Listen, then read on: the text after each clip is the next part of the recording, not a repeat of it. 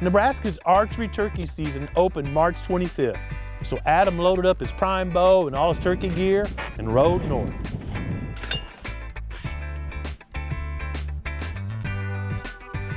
I arrived in Nebraska with just enough time to head to the farm and see if we couldn't put a bird to roost. Fortunately for us, the birds were still in the field. That's not 187 of them though, is it? No, is that how many you counted the other night? The other morning there's 187 of them. 187. Hunting turkeys in these large winter flocks can be difficult sometimes to bring them into range. Overcalling can often result in driving the hens away, taking the toms with them. But we had our game plan together. Now we're just waiting for the sun to come up, turkeys to enter the field. We hope that our plan would result in a punch tag. Growing Deer TV is brought to you by Bass Pro Shops, also by Reconics, Trophy Rock, Eagle Seed, Nikon, Winchester, Dead Downwind, Antler Dirt, Lacrosse Footwear, Bloodsport Arrows, Flatwood Natives, Morel Targets, Caldwell, Hooks Custom Calls, Montana Decoy, Summit Tree Stands, Drake Non-Typical Clothing, House Lubricator Products, LEM Game Processing, G5 Broadheads, Prime Bows, Redneck Hunting Blinds.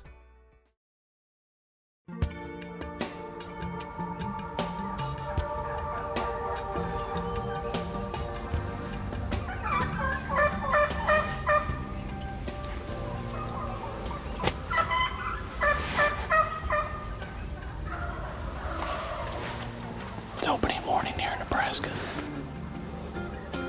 Turkeys are scattered all up and down this river. Earlier in the week, Taryn and Kyle were scouting. They counted 187 in this field, so there's a couple big flocks. Very vocal, gets in your blood.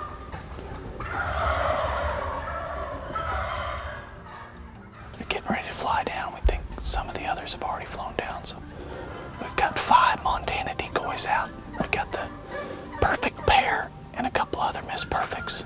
Just with that many turkeys out here, we're trying to just entice them into range. Looks like a Jake with his flock of hens, so we've got them set up at 8-9 yards, a couple even a little closer than that. Turkeys are roosted 100 yards to 200 yards away. And they're starting to fly down, so we're gonna get back, get ready. Hopefully they come into range. We sat back in our chairs listening to all the calling and gobbling, enjoying this wonderful spring ritual.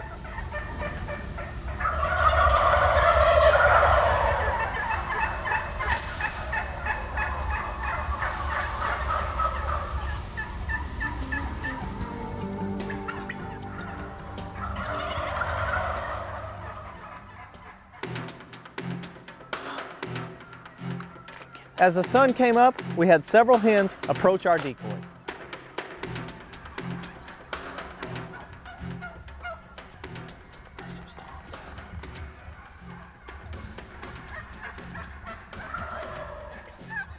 Hearing the gobbling getting closer and closer, we stared into the woods hoping to see the first longbeard. There's a tom right there.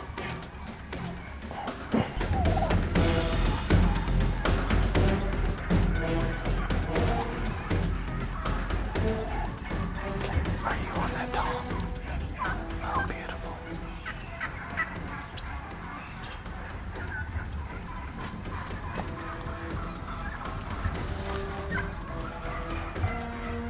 These other hands.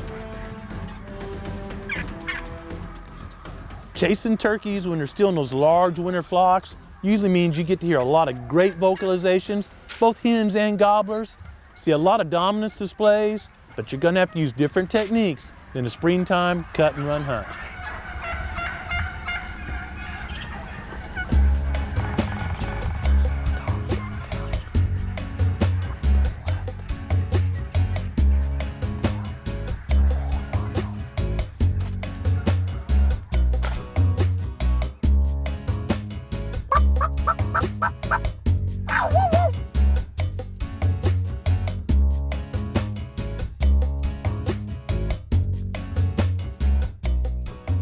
The next animals to step out in front of us was not what we were expecting.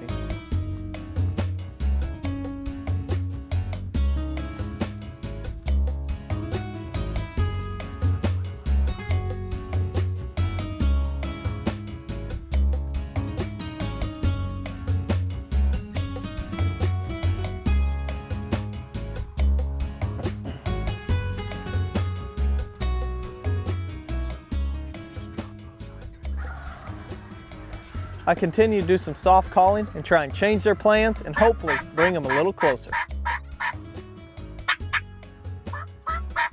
They'd already made up their minds and were headed to the cut cornfield.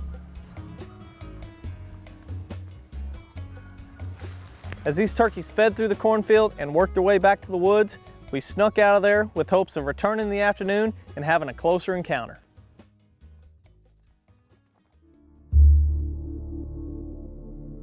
It's the opening afternoon of Nebraska spring turkey season. We had a huge flock of turkeys on the field this morning, bunch of gobblers, but they just stayed out of range the whole time, so we've moved the blinds about 200, 250 yards down to a little point in the alfalfa. We noticed a lot of the birds hanging out here this morning, and we noticed the same thing last night, so we've got the 4 Miss Perfects out, set up in the blind, several hours before dark. Hopefully our plan will pay off. We settled in the blind and it didn't take long for the turkeys to make an appearance. Turkeys were a long ways off, but we still had 4 hours before dark, so we knew the turkeys would most likely work into the alfalfa field before dark. They're coming now. They're all facing us. We watched the flock for hours, but it finally seemed like they turned and were coming our direction. We could see several toms and jakes in the flock, and like they do in the early spring, they were running around, fighting, chasing each other, trying to show who was boss.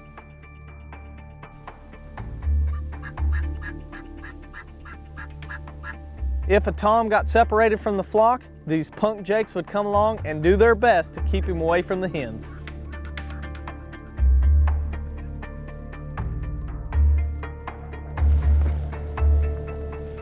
$6.13.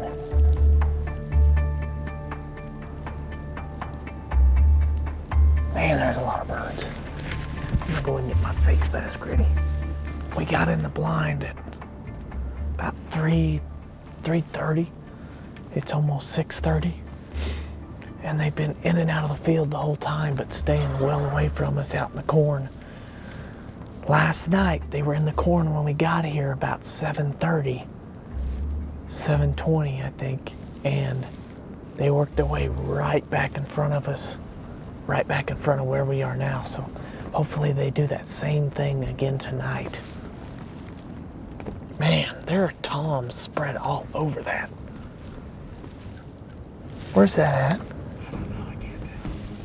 After hearing some crunching of leaves to the right of the blind, I peeked out the window to see 2 toms and 2 jakes working less than 10 yards away from the blind, headed towards the flock.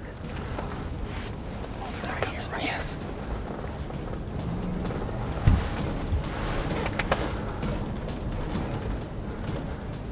Are they coming? Yeah, they may skirt us though. I don't care, I'll shoot one.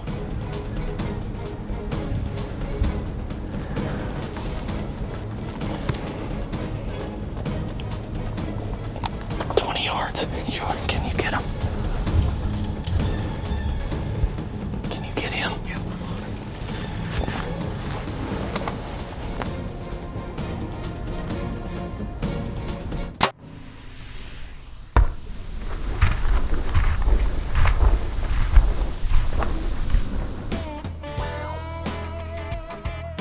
The shot looked a little bit low, but thankfully we were hunting a large field, so we watched him run out into the cut corn and lay down.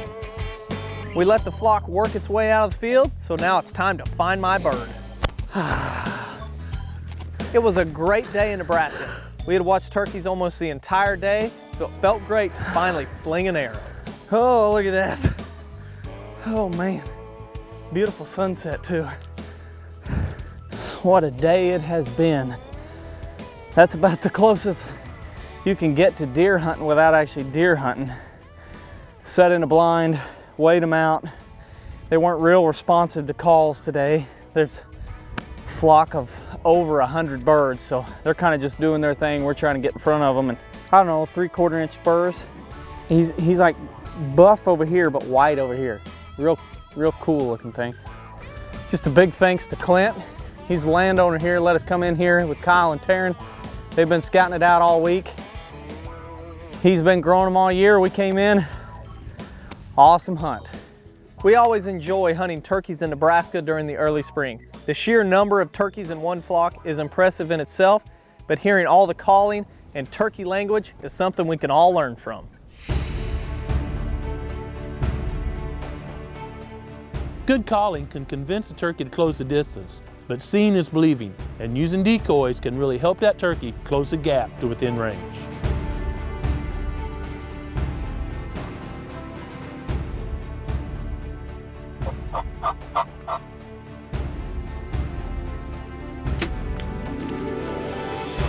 Different hunting scenarios often can benefit from different decoy setups. The variables often include terrain, timing of the breeding season, and the habitat. One of the most common setups we use, and probably the safest, is the lone hen. Our most popular decoy setup that we use here at the Proving Grounds is a lone hen. Of course, we always have a Miss Perfect in our vest, and since it is timber country, we don't want a big spread of decoys out, so we'll have one lone hen out just to catch the attention of the gobbler, keep his eyes fixed on that decoy as he comes into range. Another option we use, especially during the early part of the season when gobblers are still sorting out their dominance, is throwing in a Jake decoy. This is Jake Perfect. We'll pop him up. We usually pair him up with a lone hen.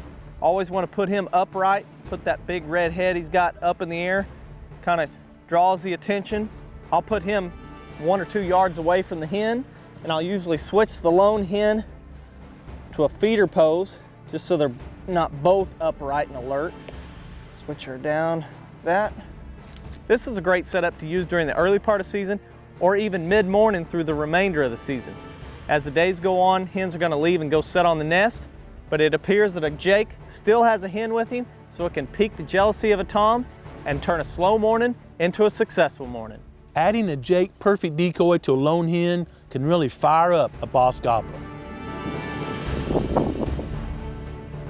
If you're seeing multiple toms run together and they're really sorting out the dominance at your hunting property, one of the best setups you can have is a breeder hen decoy with a strutting tom. So we've already got Miss Perfect set out on the ground in a breeder pose. She's not on a stake, she's just sitting on the ground. Then we'll take Papa Strut, pop him up behind her,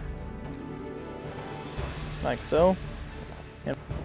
So having a strutting tom with the breeder hen can show those dominant birds in the area that there's an intruder and he's after one of their girls.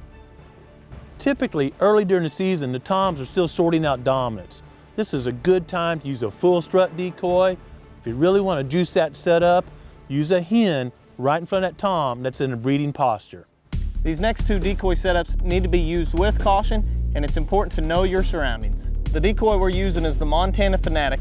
Kind of a last-ditch effort or a Hail Mary pass. Gobblers aren't working, there's 2 ways you can approach it. This decoy folds up flat, so it's in my vest during a hunt. Birds are hung up 200 yards and they're not approaching my setup. I can reach back. I've got my gun in my left hand because I'm left-handed. I can pop it out, just using one hand. Turkeys are out there, they're not really paying much attention. I can slide this up, stick it in the ground right here beside me, set back, give a few calls, get them to look my way. Now there's a strutter in their area and they may come in to try and whoop him. So we've got Papa Strut set up back behind us to give you an example. Turkeys are hung up, they're out of range, so it's time to crawl to them. We've got the Fanatic, we're staying behind it. We're trying to crawl within shotgun range or give enough threat of dominance with the decoy that he's gonna come and try and investigate. Or you can do it like this. We've used all these setups at different times and in different states, and each one has proven successful in the right conditions. Whether you're already chasing turkeys or your season's about to open, hope you have a chance to get outside and enjoy creation this week, but most importantly, slow down every day and listen to what the Creator is saying to you. Thanks for watching Growing Deer. We walked in well before. I know, that's why I was like, it was one tone and then I just like, well, I was like, what? Peeked out the side of the window to see 2 Toms and 2 Jakes. I thought that was a big bumblebee, but I thought it was one of those great big ones. Like it just came in. We scrambled in the blind to get the bow and the camera into position. So do you right now want me to talk and crawl?